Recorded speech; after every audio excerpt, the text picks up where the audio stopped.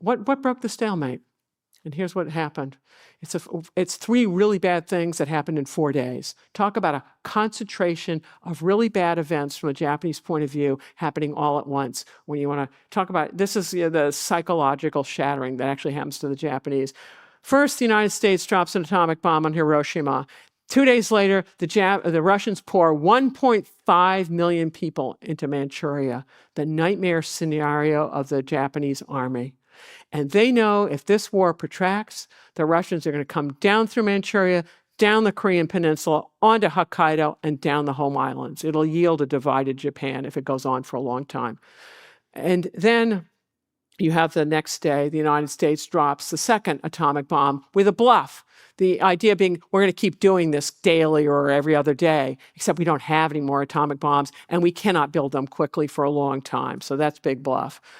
But the emperor then has had enough, and he breaks the deadlock in the cabinet, and the cabinet allows the deadlock to be broken the next day. And then he makes an unprecedented radio broadcast, never had that happen before, to his subjects, telling them, game over.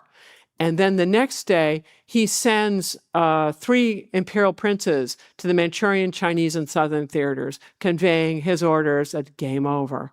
And from that moment on, his samurai obeyed him, and they absolutely cooperated with the occupation. There's no insurgency, no nothing going on after this. And at the end of the war, the United States came to understand the Japanese. At the beginning, totally misread the situation with the oil embargo that's meant to deter. Instead, it precipitates the war that we didn't want. But at the end of the war, the United States realizes you're going to need some level of Japanese cooperation if you're going to occupy the place. And they're going to use Emperor Hirohito for this.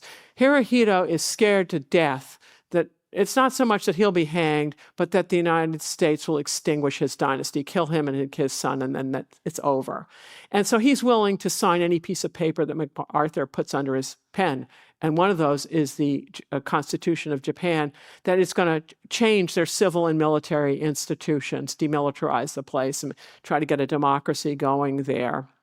The Constitution was written in 1 week by MacArthur's staff. They're running around raiding bombed out libraries for examples of Western constitutions, and they cobble this thing together.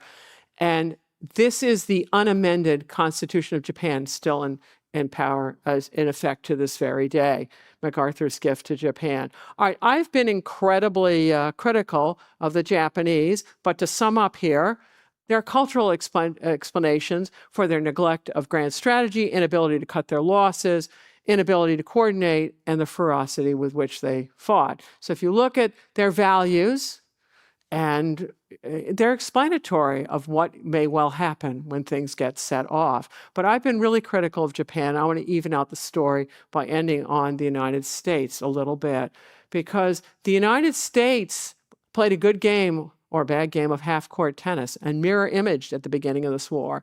So when the Japanese go into Manchuria in 1931, we want them out. We don't ask, well, why are you doing this? And their answer would be, well, hey, you passed the Hawley Smoot tariff.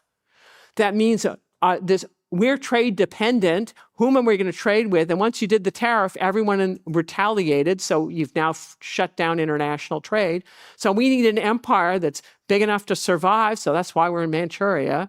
And by the way, there are way too many communists here, and we got to get rid of those. And then in 1937, when they up the ante, going into the rest of China, we didn't inquire what's going on. And what the Japanese want to do is wall off communism, don't want that. And then they want to stabilize China so that you can have some productive economic growth. And if you go, well, what were U.S. post-war objectives for China? Ooh, sounds remarkably familiar. Communists out, stabilize the place. Okay. Well, how does the war affect all this? Well, actually, the warfare that went on wiped out the 2 barriers to communist expansion in Asia. What are the barriers? Well, one, it's Chiang Kai-shek and the nationalists in China. The Japanese wipe him out.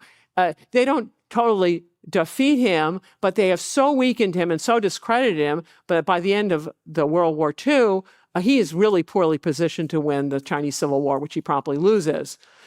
And then what does the United States do? What's the other barrier to communism? Well, it's the Japanese. We wipe them out. So what do you get? A unified communist China, which makes really complicated wars in the Korean War and the Vietnam War. And the problem is the gift that keeps on giving. We're still dealing with this problem today. So take a little word from Sun Tzu, know your enemy or the other side. Know the person you're talking to. Don't play half-court tennis. It's a really dangerous game. Rather, try to analyze why, ask yourself, why is someone doing whatever they're doing? And just because you're trying to understand it doesn't mean you're condoning it. It's just trying to figure out the logic of the other person. It'll set you up for more informed choices.